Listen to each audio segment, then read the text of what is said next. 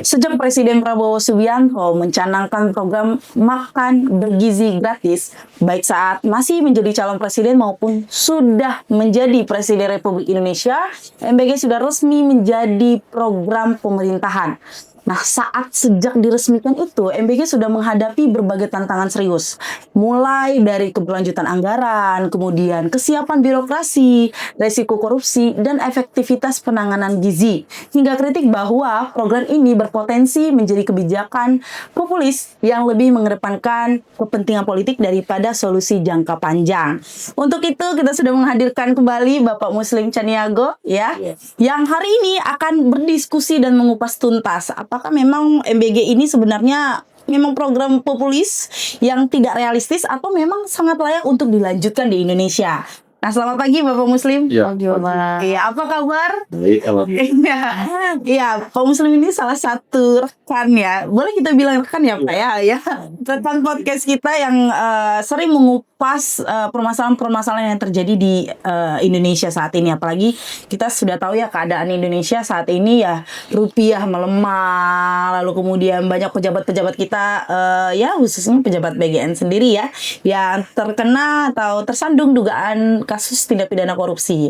Nah, beralih ke MBG terlebih dahulu, Pak. Kita langsung saja ya, teman-teman. MBG ini kan sering disebut sebagai investasi SDM dan pemenuhan gizi. Nah, sebenarnya MBG ini bagaimana, Pak? Lebih merupakan kebijakan sosial atau strategi politik Bapak Presiden kita, Pak? Ya, memang ini program yang dicanangkan Prabowo Subianto dan Gibran ya waktu mencalonkan presiden dan wakil presiden itu dia mengatakan ada program nanti makan bergizi gratis gitu. Nah, memang setelah dia menjadi presiden, kemudian ini menjadi program pemerintah begitu.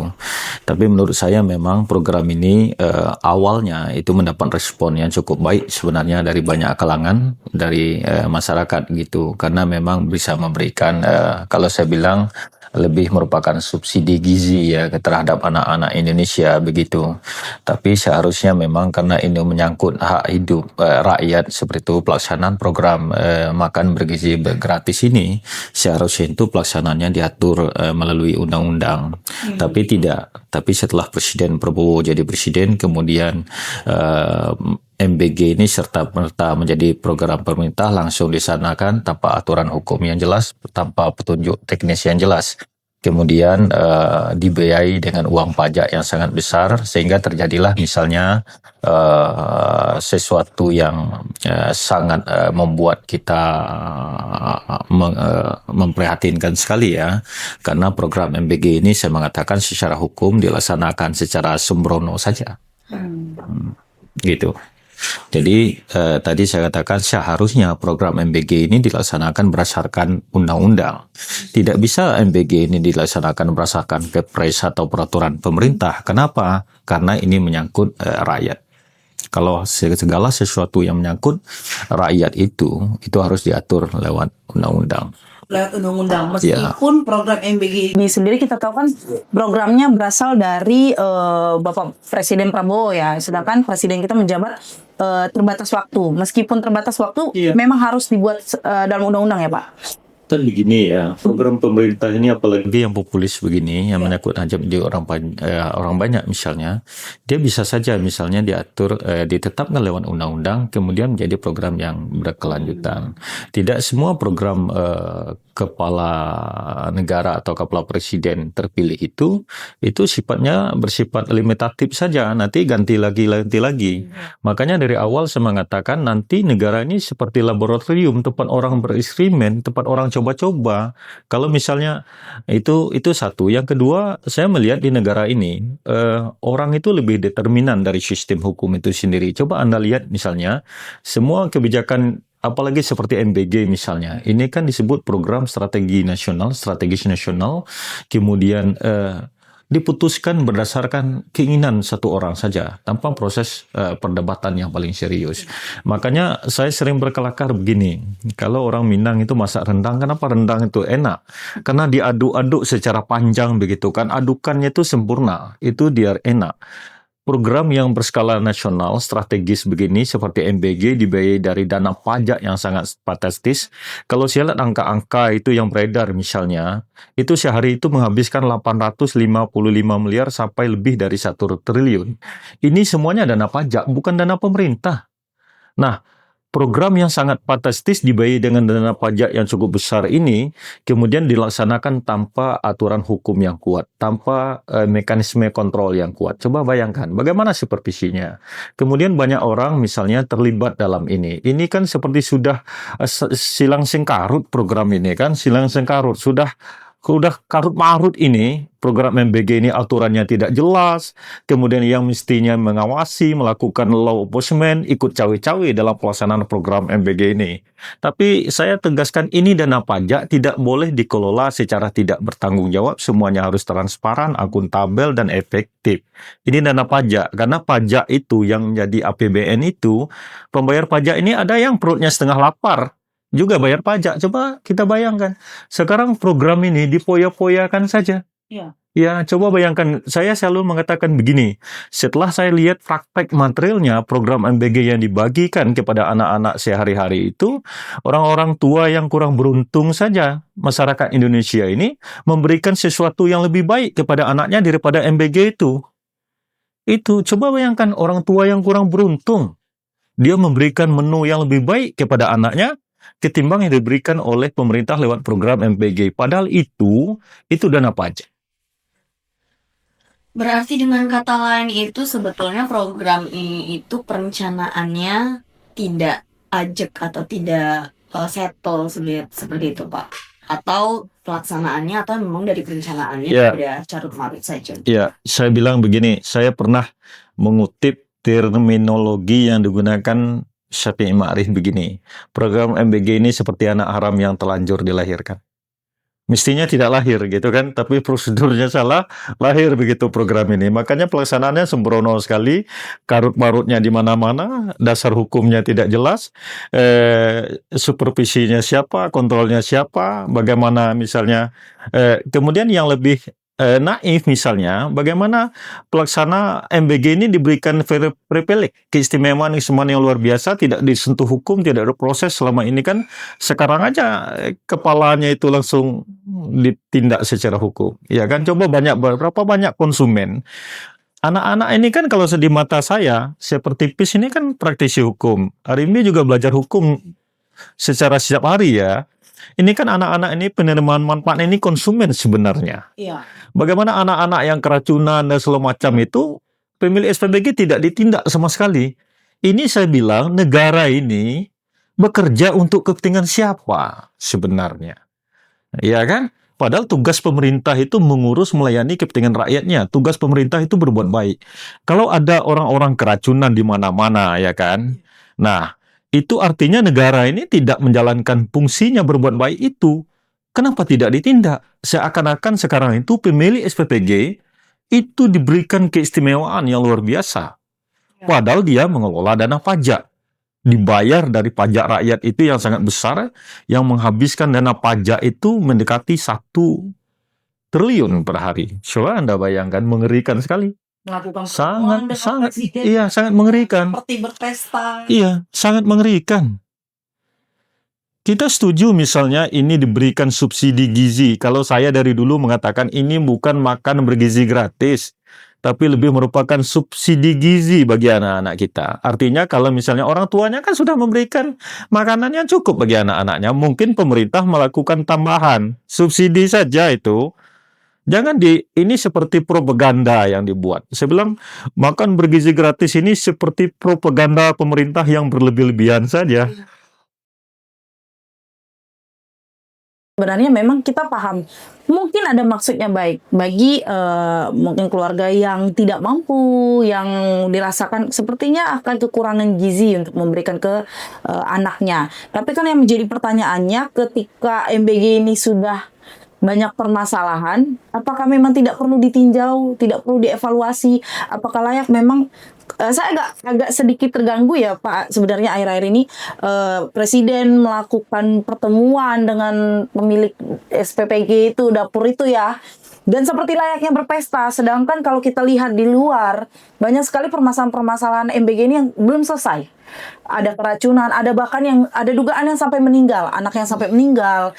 Itu bahkan tidak ada penyelesaiannya.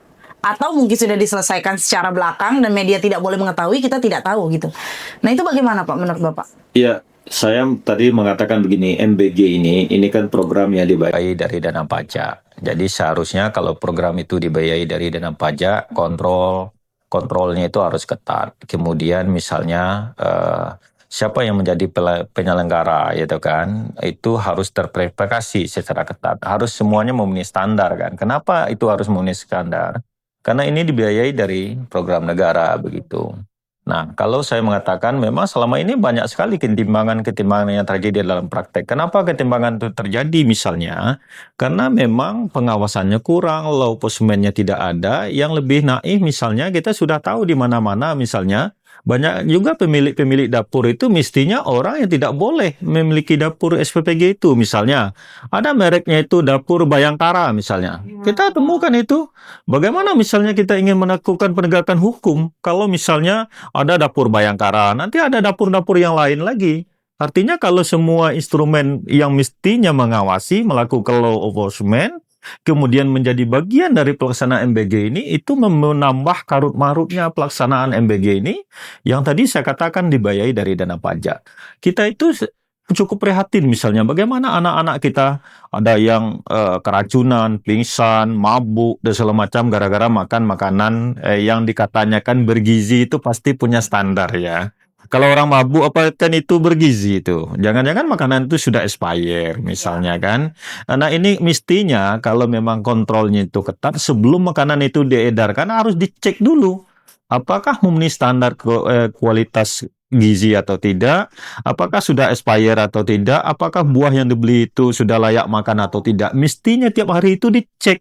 Ini kan tidak. Ya kan, makanya saya mengatakan tadi ini sebenarnya merupakan penghinaan terhadap para wajib pajak juga. Bagaimana dana pajak itu yang sangat besar itu diberikan kepada anak-anak Indonesia yang mestinya tadi memberikan nilai tambah kan terhadap pertumbuhannya, kesehatannya, cara berpikirnya, malah itu membuat mereka hidup semakin sulit.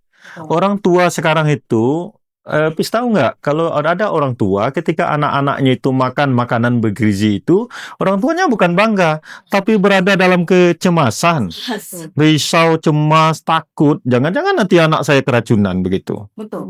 Ya kan? Apalagi apa ya, roti yang kalau Iya. kita mukul hewan pun hewannya yang meninggal. Iya, saking kerasnya kan. Saking kerasnya. Iya. Apakah itu bergizi? Saya kalau Iya. punya uang aja, uang saya sedikit aja, roti hanya ada itu, saya nggak mau beli itu. Iya kan? Ya, makanya saya katakan seharusnya memang ini harus dilakukan supervisi dan pengawasan secara ketat. Kalau tidak, ini tentu menurut saya penghambur-hamburan terhadap dana pajak saja. Jadi seakan-akan program ini seperti negara ini sedang mengolok-olokkan rakyatnya saja. Nah, kamu makan saja ini. Kadang-kadang merasa rakyat ini tidak bersyukur. Ada pernyataan pemilik dapur gitu. Rakyat ini tidak bersyukur, sudah diberi, sudah di ini, tapi protes. Memang sudah, padahal yang membayar program MBG itu rakyat dari dana pajak, bukan dana mereka. Mestinya mereka itu harus sadar ini dana pajak harus digunakan secara efektif, efisien, transparan. Tidak boleh digunakan secara semenang-menang itu, ya kan? Ada pemilik dapur yang mendeklarkan dirinya di depan umum, kami dapat untung 6 juta sehari. Ini sungguh menyakiti perasaan publik secara luas. Apalagi sekarang itu misalnya di saat krisis, bagaimana rumah tangga ini domestik ya, persoalan domestik itu mengalami pukulannya sangat berat ya kan, karena krisis, dolar yang menaik, semua naik gitu kan. Pertama naik, mereka terus membayar pajak, dana pajak ini ya seperti tidak digunakan secara bertanggung jawab. Tapi sebetulnya Pak, program-program seperti ini, seperti ya makan bergizi gratis, itu sebetulnya memang dibutuhkan untuk rakyat Indonesia atau sebetulnya bisa di-switch dengan program-program sejenis yang lain? Ya, sebenarnya begini, banyak kalau saya katakan banyak juga negara yang memberikan program makan ya kepada anak-anak sekolah itu, pelajar gitu. Tapi mereka itu melaksanakan itu tidak secara terburu-buru, tergesa-gesa atau sembrono seperti kita. Mereka bangunkan dulu sistem hukumnya yang kuat gitu, infrastrukturnya bagaimana, nanti kontrol dan pengawasannya bagaimana, perlindungan terhadap konsumen itu bagaimana gitu. Nah, kalau di Indonesia ini kan tidak. Program ini sebenarnya saya mengatakan awalnya sangat populis. Sekarang malah menjadi sesuatu yang menakutkan dan mengerikan sekali. Awalnya populis. Apalagi kita tahu ya di awal-awal MBG ini mulai dilaksanakan, yang menurut saya sendiri mungkin agak terburu-buru ya. Tidak ada ahli gizi yang dilibatkan. Itu kan sempat ada perdebatan. Bahkan ada yang bilang, ya buat apa ahli gizi, kan kita sudah menyediakan gizi dan sebagainya. Kalau kita melihat, benar kata Bapak tadi, di negara-negara luar memang sudah menyediakan. Apalagi kalau kita lihat di Korea Selatan sendiri ya, itu kan sudah dari zaman lama sudah menyediakan makan siang gratis. Tapi mereka melibatkan ahli gizi yang tersertifikat. Kita bicara ahli gizi yang tersertifikat, dia sekolah gizi, ya dengan lama sekian tahun dia belajar, kemudian mendapatkan sertifikasi profesi dan sebagainya. Tapi di Indonesia kan beda, tidak dilibatkan. Nah itu saya jadi bingung, sebenarnya MBG ini memang tujuannya mulia, berkaitan dengan untuk investasi SDM dan pemenuhan gizi sesuai dengan amanat Undang-Undang Dasar Negara Republik Indonesia tahun 1945, atau ya ini sekedar janji kampanye yang mereka buat, biar agak beda dikit kita buat MBG deh gitu. Lalu udah terucap, udahlah kita buat aja biar sekalian bisnis, buka lowongan bisnis untuk pengusaha-pengusaha lain dan sebagainya agar mendapatkan keuntungan, atau bagaimana Pak? Iya, memang awalnya kita berharap memang program makan bergizi gratis, kalau saya menyebutnya lebih merupakan subsidi gizi terhadap anak-anak Indonesia itu dilakukan secara efektif dan dengan akuntabilitas yang jelas. Artinya apa? Instrumen-instrumen hukum, pengawasan, kontrol dan segala macam itu harus dilakukan. Kemudian mungkin dilakukan secara profesional betul. Nah, artinya apa? Bagaimana misalnya makanan yang disediakan itu dengan anggaran yang kalau dikalkulasikan 15.000 per unit itu, saya pikir lebih dari cukup dengan misalnya untuk standar Indonesia misalnya. Tapi sekarang kan kita melihat bahwa anggaran yang sampai di tingkat konsumen itu sangat kecil sekali. Jadi sekarang kita minta misalnya program ini kalau dilanjutkan, menurut saya sesuatu yang tidak mendapat respek yang luas dari masyarakat kita. Seharusnya lebih baik pemerintah hentikan program ini, kemudian evaluasi totalitas, kemudian lakukan law enforcement secara tegas. Jadi kalau tidak ada law enforcement, pasti nanti kesalahan-kesalahan ini akan berulang lagi. Karena kalau kita orang hukum ini pasti mengenal misalnya seorang pendapat yang dikatakan bahwa sifat dasar kekuasaan itu koruptif gitu kan. Kekuasaan yang tidak diatur, diberikan rel yang kuat, sistem yang kuat, dan apalagi tidak dikontrol, itu pasti akan melakukan kesalahan di mana-mana. Nah, nampak sekali prakteknya dalam pelaksanaan MBG ini terjadi kesalahan di mana-mana, di semua lini terjadi kesalahan, penyembangan anggarannya luar biasa, standar yang tidak jelas begitu kan. Kemudian makanan yang disajikan kadang-kadang membuat kita harus mengurut dada, begitu tidak pantas dimakan anak-anak. Saya beberapa hari yang lalu itu, 2 minggu yang lalu, saya dikirim foto oleh teman saya. Saya lihat jeruknya itu kecil sekali gitu kan. Kok ada jeruk itu kecil sekali gitu. Makanannya itu sejenis kacang tanah itu yang sudah digoreng begitu. Tapi kecil sekali. Saya berpikir begini, kalau begini, apa pantas misalnya ini disebut program yang sangat bombastis, makan bergizi gratis. Kalau itu misalnya diberikan kepada anak-anak kita, makanya tadi saya mengatakan sebenarnya yang disajikan pemerintah ini kepada anak-anak kita orang Indonesia ini yang diberikan orang tua mereka jauh lebih baik dari yang diberikan oleh pemerintah. Padahal mereka mendapatkan itu lewat banting tulang, keringat yang luar biasa, tapi mereka bisa memberikan sesuatu yang lebih baik.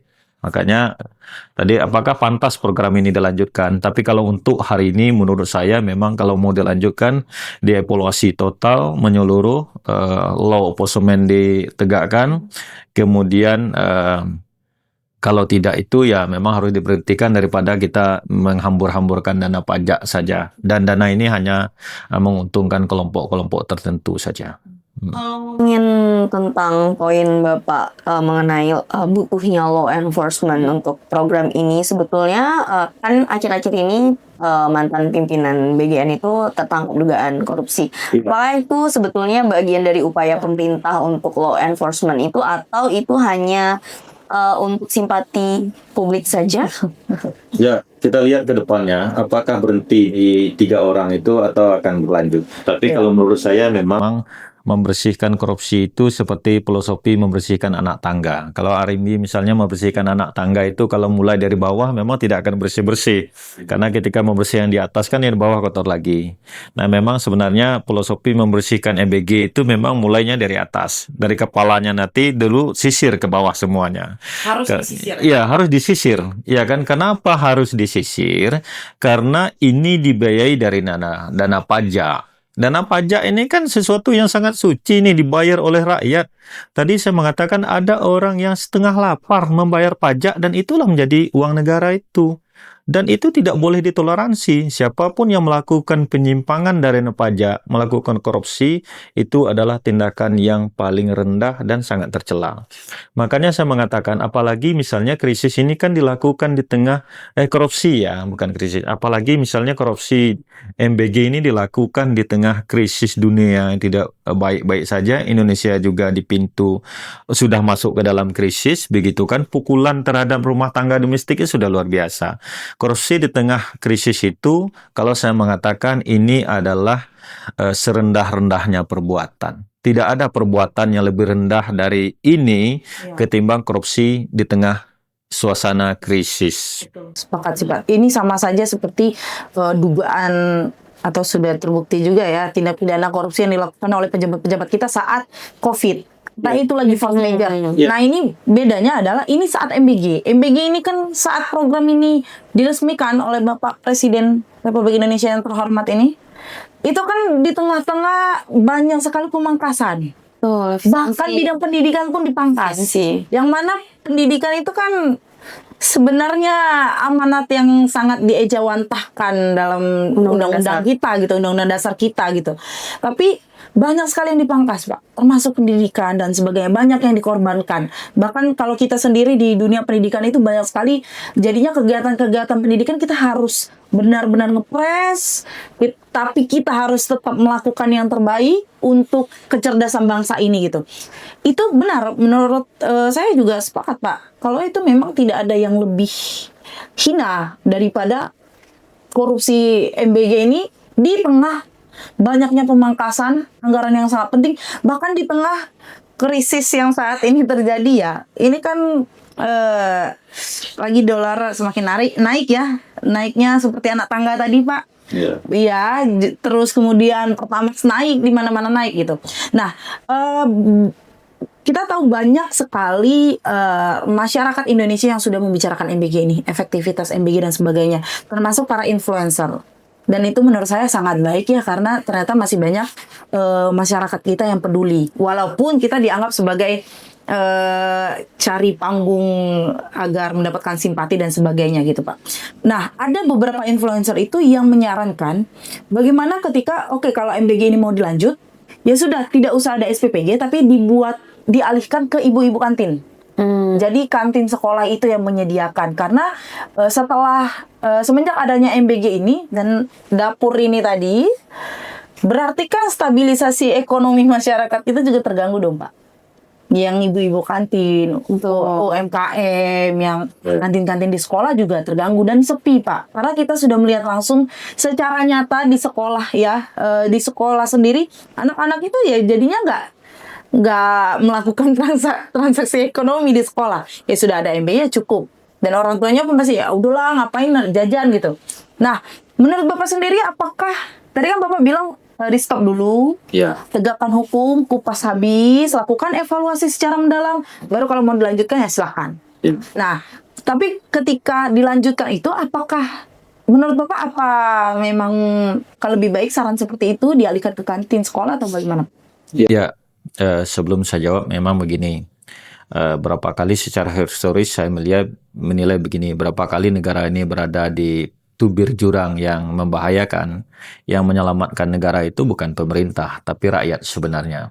Kita lihat misalnya tragedi tahun 66, 98, dan semacam itu, tragedi yang luar biasa. Ternyata rakyatlah yang menyelamatkan kekuatan negara itu, memukul kekuasaan untuk berada di jalan yang benar. Nah, artinya memang sekarang kan juga dicurigai orang-orang yang kritis, yang mengingatkan kekuasaan itu dituduh tidak patriot. Memang di negara kita ini anehnya begini, yang patriot itu cuma penyelenggara negara. Kalau kita yang di luar gini, misalnya seperti kalian dosen, misalnya kan saya ini praktek hukum, kalau bicara tentang kekuasaan, mengkritik kekuasaan kalau tidak berbuat baik, tidak dituduh seorang patriot. Karena memang yang diberi label patriot itu ya penyelenggara negara saja. Itulah ajaibnya di negara kita ini kan.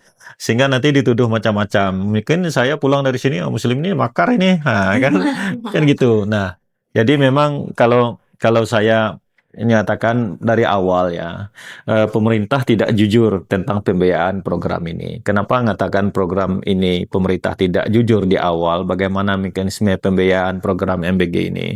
Karena kampanye pemerintah selalu mengatakan MBG ini tidak mengganggu dana pendidikan yang 20% itu, karena diambil dari sektor lain. Ternyata setelah dilakukan banyak riset, penelitian, pengamatan terhadap pembacaan terhadap keuangan negara oleh beberapa pihak itu ditemukan memang MBG ini dibiayai dari dana pendidikan yang 20% itu. Makanya sekarang sebenarnya program MBG ini yang dijalankan secara tidak bertanggung jawab ini, tidak mengedepankan nilai-nilai kemanusiaan, moral, tanggung jawab kepada negara, begitu kan. Kemudian mengorbankan dunia pendidikan dalam arti luas. Misalnya sekarang infrastruktur pendidikan itu banyak yang terbengkalai, laboratoriumnya. Jadi perpustakaannya, alat-alat ajar di sekolah itu kan malah sekarang mengalami kemacetan. Saya melihat itu bagaimana misalnya infrastruktur sekolah banyak rusak. Perpustakaannya itu tidak update buku-bukunya. Laboratorium komputer sekolah kita tidak dibenahi, begitu kan. Nah, kalau saya bilang kan kalau membenahi infrastruktur sekolah itu kan bagian paling hulu negara ini. Kalau misalnya negara yang kuat itu pasti yang dibenahi itu pasti pendidikannya. Ya. Nah, MBG ini bagian sektor hilirnya sebenarnya, begitu kan. Nah, tapi kan kalau saya melihat kan ada yang aneh ini. Pemerintahan Prabowo ini dia kalau visionernya begini. Dia ini lebih memilih nanam kangkung ketimbang nanam jati. Rimi tahu nggak filosofi nanam kangkung dengan nanam jati? Enggak, kalau misalnya begini, kalau orang nanam kangkung, paginya dia nanam, sorenya dia bisa panen dong. 2 minggu ke depan dia panen, dia bisa melihat hasilnya, begitu kan.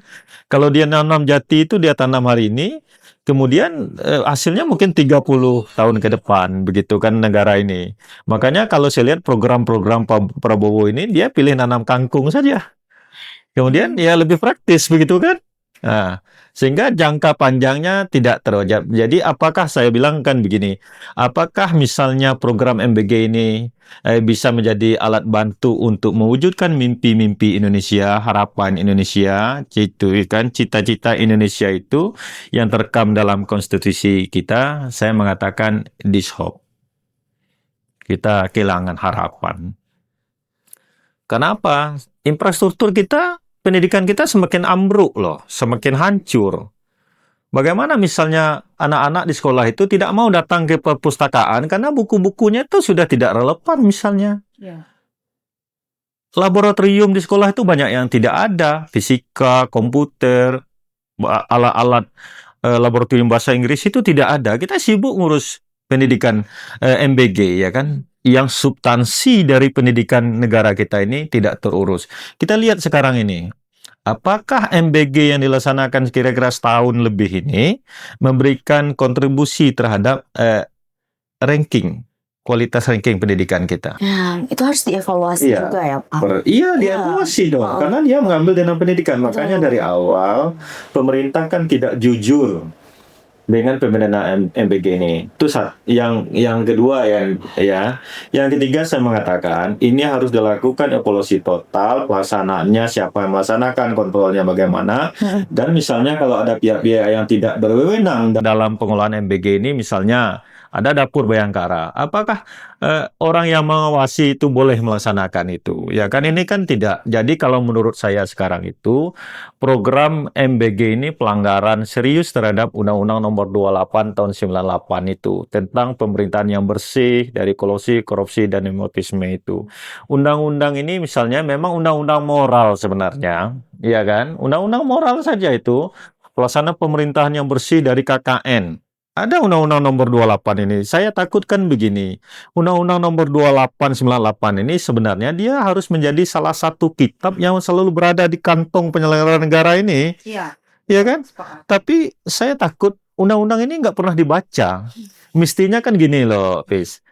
Satu konstitusi itu bicara tentang mimpi Indonesia, ya kan? Kalau kita bicara mimpi Indonesia, harapan Indonesia, cita-cita Indonesia itu konstitusi.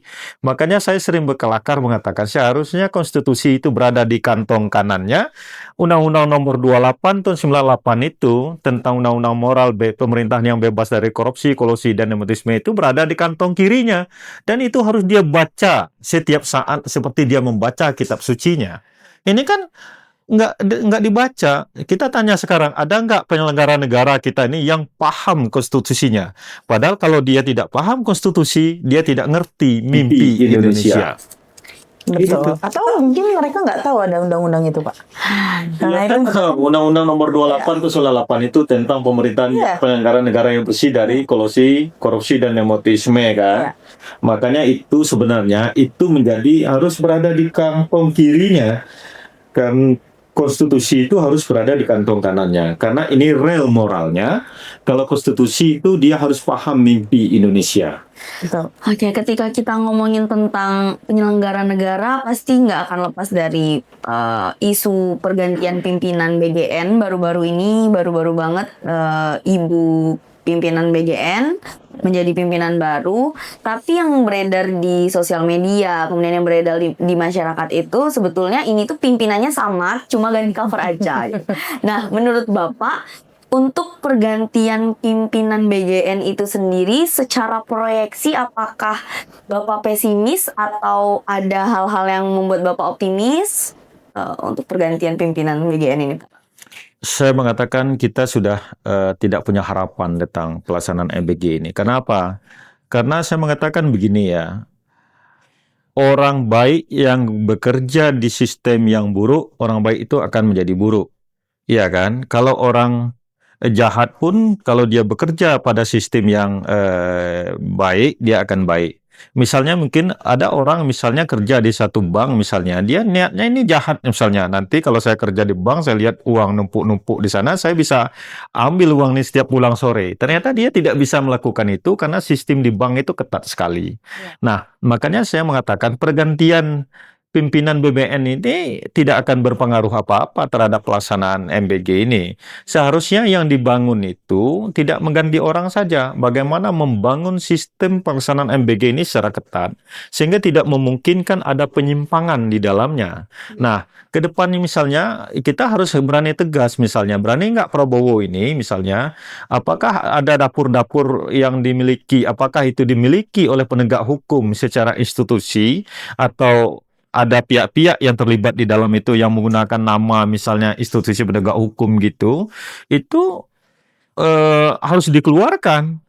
Ini kan bagaimana orang yang harusnya mengawasi, mengontrol, melakukan law enforcement, malah ikut dalam pelaksanaan MBG. Ini kan menurut saya orang melihat ini ada apa dalam negara demokrasi yang seperti di negara hukum demokratis itu, kenapa terjadi sembraut seperti ini, ya kan? Jadi ini kan pasti persoalan ini orang melihat ini tidak hanya memenuhi misalnya misi kemanusiaan untuk membangun harapan anak-anak Indonesia. Dulu kan kita berharap MBG ini bisa membuat harapan kita tentang masa depan Indonesia ini kan lebih indah. Nanti orang-orang lebih tubuhnya lebih sehat, berpikirnya lebih bagus begitu kan, dia lebih percaya diri, dia bisa lebih fokus. Orang tuanya juga misalnya dia tidak merasa bersalah dengan anaknya kalau pagi harinya itu dia tidak bisa menyediakan uang jajan kepada anak-anaknya. Karena nanti anak-anaknya di sekolah diberikan subsidi gizi oleh negara. Tapi sekarang malah orang tuanya, kalau anaknya nanti makan MBG, dia malah, jangan-jangan nanti anak saya mabuk, saya nggak bisa ke dokter, begitu kan. Orang-orang pelanggarannya dikasih keistimewaan. Jadi kalau saya mengatakan gini, Pes, kalau mau dilaksanakan, harus dilakukan audit dulu. Audit secara menyeluruh pelaksanaan dananya itu, ada 2 audit yang dilakukan, audit sistem dan audit anggaran. Audit sistem dan audit anggaran. Orang-orang yang tidak kompeten, tidak punya wewenang ngurus MBG itu ya harus ditindak dong. Iya kan? Jangan dia cawe-cawe, karena kenapa harus ditindak? Ini dana pajak. Masa orang seenaknya menggunakan dana pajak? Kita kan begini, kalau kita ini misalnya PIS dengan LMB pilih jadi dosen, kita sudah sadar loh, kalau jadi dosen saya nanti itu gaji saya sekian, saya harus sadar, saya hidup sebulan itu dengan pendapatan yang sekian. Nah, ya kan, jangan sudah pegang kekuasaan itu seleranya berubah begitu kan. Ini di Indonesia kan banyak orang seperti itu. Dia sadar misalnya kalau jadi misalnya kepala institusi suatu kabupaten pendapatannya sekian. Kalau gajinya misalnya 30 juta sebulan, tapi dia mau hidup dengan gaya hidup 100 juta per bulan. Makanya dia bergerak kemana-mana begitu kan. Terjadilah penyalahgunaan di mana-mana. Makanya saya mengatakan kepada Prabowo itu, tolong digandakan banyak betul Undang-Undang Nomor 28 tahun 98 itu tentang pemerintahan yang bersih dari kolusi, nepotisme, dan KKN itu ditaruh di kantong-kantong kirinya para penyelenggara negara itu, konstitusinya tentang mimpi Indonesia, harapan Indonesia, karakter Indonesia itu ditaruh di kantong kanannya. Kita ini sudah lari dari karakter Indonesia. Jiwa Indonesia sudah tidak ada dalam penyelenggaraan negara ini. Coba kita tanya, apakah jiwa Indonesia itu korupsi? Tidak.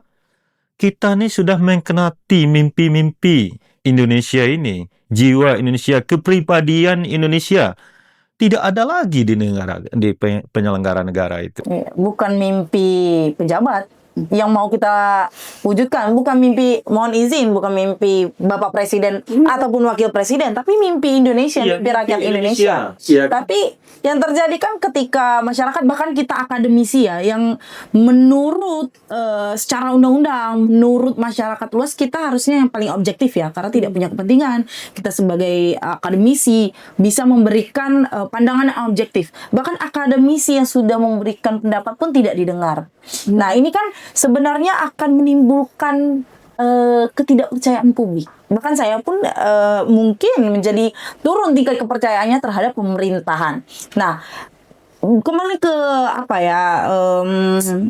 program strategis nasional ini, MBG ini kan justru dibayangi isu korupsi, Pak. Apalagi pejabat-pejabat BGN banyak yang tertangkap dugaan, walaupun memang belum terbukti ya, karena belum sampai putusan, tapi kan sudah adanya dugaan tindak pidana korupsi, dan itu dananya tidak sedikit. Nah, apakah ini memang menunjukkan lemahnya sistem pengawasan dari awal, sehingga kita jadinya ya udah, ya kalian terserah deh. Masyarakat kan sekarang banyak gitu, ya udahlah terserah kalian, kami udah nyerah sama Indonesia ini, atau bagaimana, Pak? Jadi dalam sistem demokrasi itu disebutkan begini, salah satu ciri pemerintahan yang tidak berpihak otoriter itu atau bergerak ke arah saya tidak mengatakan totaliter ya, tapi melaksanakan paham negara integralistik. Jadi pemerintah Prabowo ini sebenarnya sedang mempraktekkan nilai-nilai negara integralistik itu. Jadi cirinya memang kadang-kadang begitu, tuli, bisu, tidak mau mendengarkan pendapat banyak orang, ya kan. Kalau pemerintahan yang demokratis tidak gitu, Bi. Dia itu kan sensitif, peka, responsif terhadap kritik. Jadi kan dia tidak tuli, tidak bisu, ya kan. Pemerintahan demokratis begitu. Apakah pemerintah kita sekarang itu kan seakan-akan kritik itu malah dituduh macam-macam ya kan, dituduh ancaman, dituduh tidak patriot, dituduh tidak nasionalis. Makanya tadi saya mengatakan di Indonesia ini yang nasionalis itu penyelenggara negara saja, ya kan. Kalau yang di luar itu tidak nasionalis, tidak patriot. Nah, kemudian saya mengatakan apa tadi ini? Apakah itu memang dari awal menunjukkan lemahnya pengawasan? Saya mengatakan bukan lemahnya pengawasan, misalnya dari awal sistemnya sudah tidak jelas, nggak ada aturan mainnya, ya kan? Tidak ada, tidak. Menciptakan banyak peluang. Iya, jadi tidak ada aturan main yang dilakukan sehingga ini ditetapkan sebagai pelaksanaan MBG itu keinginan orang per orang saja. Nah, coba bayangkan dana pajak yang diberikan 1 triliun per hari dengan aturan main yang tidak jelas. Itu satu. Yang kedua, persoalan korupsi di MBG misalnya. Ini persoalan ini sudah dibicarakan oleh banyak orang dalam waktu yang lama sebenarnya. Korupsi MBG ini bukan isu, tapi memang sudah ada ya korupsi di mana-mana MBG ini kan. Kalau nggak korupsi di mana-mana, kenapa orang yang mestinya tidak melaksanakan, tidak berwenang melaksanakan dapur MBG itu cawe-cawe di dalam itu? Berarti kan ada sesuatu yang menggiurkan di sana gitu kan. Jadi kalau menurut saya memang MBG ini sudah sembraut di awal, karut-marut di awal. Makanya tadi kalau dikatakan begini, apakah pergantian pimpinan ini akan merubah? Tidak akan merubah. Karena aturan mainnya tidak dirubah, ya kan? Bagaimana yang menyangkut hak rakyat ini tidak diatur lewat undang-undang? Kan sama dengan dulu saya pernah protes misalnya tentang restoratif justice itu awalnya kan diatur lewat peraturan Kapolri, peraturan kejaksaan. Itu saya mengatakan itu tidak boleh. Karena peraturan Kapolri itu dia tidak boleh mengatur persoalan masyarakat, harus diatur dengan undang-undang ya. Kapolri kan Iya, internal saja. Tapi kan coba kalau kita kritik itu, dia merasa benar aja orang itu kan. makanya banyak sekali, mohon maaf, kebijakan lembaga itu yang menyeleweng dari undang-undang di atasnya. Makanya kan saya bilang kan begini, kita ini sekarang itu mengabdinya kepada siapa? Kepada konstitusi kita kah? Kepada mimpi Indonesia kah? Atau sedang mengabdi kepada diri sendiri? Saya takutnya sekarang itu penyelenggara negara itu fiksi saja yang katanya mengabdi kepada negara itu. Padahal mereka sedang mengabdi kepada diri sendiri. Kalau mengabdi kepada negara, kenapa di tengah krisis yang luar biasa ini, rakyat menjerit di mana-mana, krisis ekonomi misalnya sudah berada kita di dalamnya gitu kan. Kita ini memang secara sosial sudah berada di tubir jurang yang membahayakan. Nah, ternyata para penyelenggara kita masih menggelapkan uang pajak, menyelewengkan uang pajak, bengis terhadap rakyatnya, begitu kan? Makanya ini sesuatu yang sangat mengganggu sebenarnya. Sangat mengganggu. Iya, Pak. Betul sih. Saya sepakat dengan pendapat Bapak tadi, ini sudah carut marut. Udah nggak jelas lagi, ibarat kaset rusak ya. Dari sistemiknya udah. Iya. Pertanyaan terakhir, Bapak. Iya. Kita melihat polemik sekarang ini banyak sekali pejabat-pejabat yang kurang bijak dalam menyampaikan pendapat ya, apalagi ketika kita berkomentar kita dinyatakan sebagai banyaknya inflasi pengamat ya, salah satu pejabat kita ya, itu kan sebenarnya sangat tidak bijak sehingga banyak sekali kekacauan, banyak sekali ketidakpercayaan publik dengan pemerintahan masa sekarang. Nah, kita lihat juga banyak juga dugaan-dugaan tindak pidana korupsi yang menyangkut pejabat atas kebijakan yang diberikan dia. Salah satunya mohon izin ya, yang saat ini sedang diperiksa dan diadili di Pengadilan Negeri Jakarta Pusat, Bapak Nadiem Makarim, dan banyak sekali pejabat-pejabat kita yang dianggap dikriminalisasi atas kebijakannya yang dianggap gagal. Nah, ketika dalam 5 tahun anggaran MBG ini tetap dilaksanakan, lalu kemudian ya anggarannya terus naik, tapi ternyata indikator gizinya terbukti tidak membaik secara signifikan, apakah program ini masih dapat dibenarkan secara konstitusional, atau boleh nggak kita bilang kalau program ini merupakan program yang gagal, dan siapakah yang bertanggung jawab?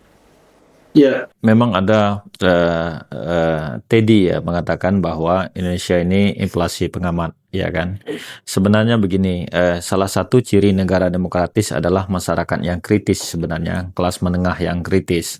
Jadi kalau saya mengatakan kalau kita komparatifkan dengan negara-negara maju, negara-negara yang lebih tingkat demokrasinya lebih dari kita misalnya, memang saya melihat itu kelas-kelas menengahnya itu lebih kritis dari kita. Jadi sebenarnya dalam tataran material misalnya, kita ini kekurangan orang-orang kritis sebenarnya, tidak berlebih. Tidak berlebih, kekurangan malah. Sekarang itu saya melihat itu, kenapa penyemangan kekuasaan itu terjadi memang karena kontrol kekuasaan itu rendah. Itu satu. Yang kedua, memang kontrol kekuasaan sekarang itu relatif diambil oleh masyarakat sipil karena parlemen kita yang mestinya melakukan kontrol balancing of power itu terhadap kekuasaan eksekutif itu, saya mengatakan parlemen itu seperti tempat pertapaan saja. Artinya tempat pertapaan itu sunyi, senyap, bisu, tidak ada protes-protes yang dilakukan secara serius terhadap kekuasaan. Sekarang misalnya ada parlemen kita itu yang marah misalnya terhadap pelaksanaan MBG yang sembrono ini. Parlemen kan bisu saja. Karena memang ada juga desas-desus yang beredar di mana-mana. Karena memang ada pemilik rata-rata yang berada di belakang dapur SPPG ini adalah orang-orang pemegang kuasa itu sendiri begitu.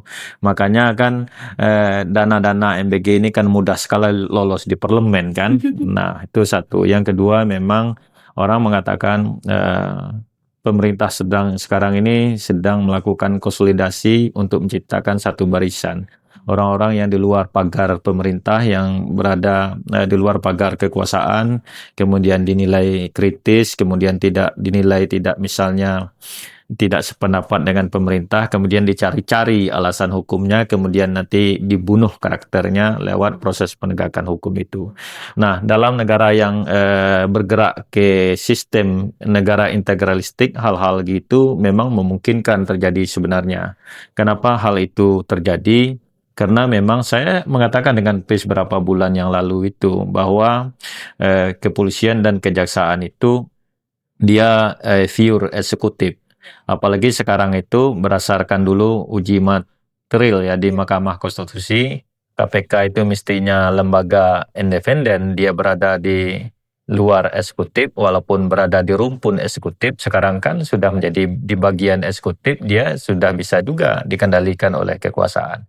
Jadi bisa saja memang kalau misalnya seorang presiden itu tidak suka dengan kelompok-kelompok tertentu, dia perintahkan untuk dilakukan law enforcement, kalau bahasa para aktivis itu kriminalisasi. Dan juga penegakan hukum sekarang itu kan seperti dilokalisir untuk menargetkan orang-orang tertentu saja, kan tidak dituntaskan begitu kan. Jadi sebenarnya kalau ada persepsi yang mengatakan kriminalisasi terhadap orang-orang yang berbeda jalan dengan kekuasaan, itu ada benarnya juga. Nah, yang ketiga saya mengatakan, apakah MBG ini pantas ya dilanjutkan begitu? Saya mengatakan gini, MBG ini karena dibiayai dari dana pajak yang dibayar masyarakat dengan program yang sangat fantastis uang yang dikeluarkan gitu.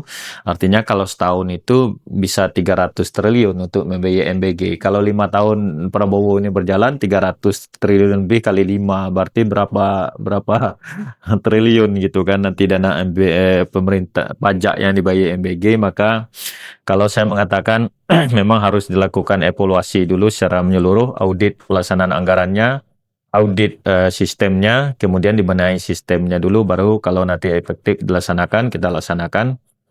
Kalau tidak, ya harus dihentikan. Kalau menurut saya sekarang itu yang harus dilakukan oleh penegak hukum ya harus dibersih-bersih dulu lah gitu kan.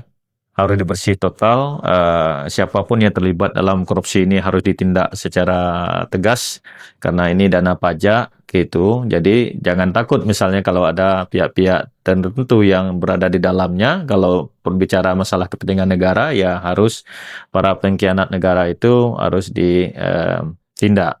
Karena memang kalau saya mengatakan begini, kita harus berani memberikan justifikasi atau predikat sebenarnya para koruptor itu bukan hero dalam konteks sebuah negara, tapi dia pengkhianat negara kan.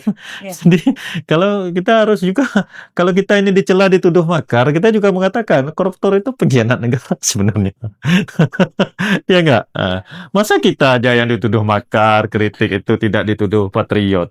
Jadi saya mengatakan korupsi di suasana krisis yang luar biasa seperti ini, perang di mana-mana, karena tidak ada negara yang independen di dunia ini, semuanya dependen begitu kan. Korupsi di tengah krisis itu adalah serendah-rendahnya perbuatan, sehina-hinanya perbuatan begitu. Jadi itu harus ditindak. Makanya pengkhianat negara sesungguhnya itu ya para koruptor itu. Penyelenggara negara yang menjadi koruptor itu adalah pengkhianat negara yang sesungguhnya, bukan para aktivis seperti kita yang mengingatkan kekuasaan untuk fokus berbuat baik, mewujudkan mimpi-mimpi Indonesia, harapan Indonesia. Untuk pemerintah itu selalu memastikan kita ini agar memastikan pemerintah itu berada di kepribadian Indonesia itu. Kalau kita bicara mimpi kepribadian Indonesia itu, harapan Indonesia tentu ada di dalam Konstitusi Undang-Undang Dasar 1945. Kita tetap tidak kehilangan harapan, kita tetap percaya Indonesia itu harus kita jaga, harus kita bela, eksistensinya harus kita perjuangkan. Tapi berapa kali eksiden sejarah yang besar di negara ini, penyelamat negara itu adalah civil society, bukan Sepakat. Sangat menarik ternyata podcast kita hari ini ya bersama Pak Muslim ya, Ibu Arimbi ya. Memang baik MBG maupun BGN perlu dilihat bukan hanya dia dari niat baiknya saja, tapi kita sebagai ya turut merasakan segala penderitaan sesama masyarakat juga harus melihat aspek konstitusi, tata kelolanya, lalu keberlanjutan pelaksanaannya. Kebijakan publik itu kan harusnya efektif ya dan transparan dan harus dilaksanakan sebenar-benarnya demi kepentingan masyarakat, bukan hanya sekedar populer atau kepentingan politik saja. Karena ya benar, karena cita-cita yang harus kita wujudkan itu bukan cita-cita presiden ataupun wakil presiden kita, tapi cita-cita masyarakat Indonesia.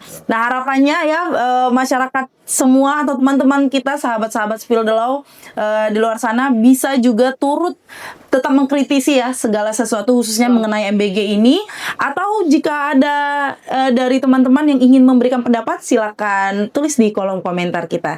Terima kasih Pak Muslim untuk podcast kita hari ini yang sangat menarik. Semoga dapat diterima oleh masyarakat. Spill the Law, bicara hukum, bicara kita. Ya, terima kasih. Oke. Jadi di kemarin ada yang ngomong malam tadi kan saya ngobrol sama GM koran ini kan. Bang, ada podcast tentang pemazulan presiden itu bagus, tapi setelah tayang katanya. Lambat tayangnya, please.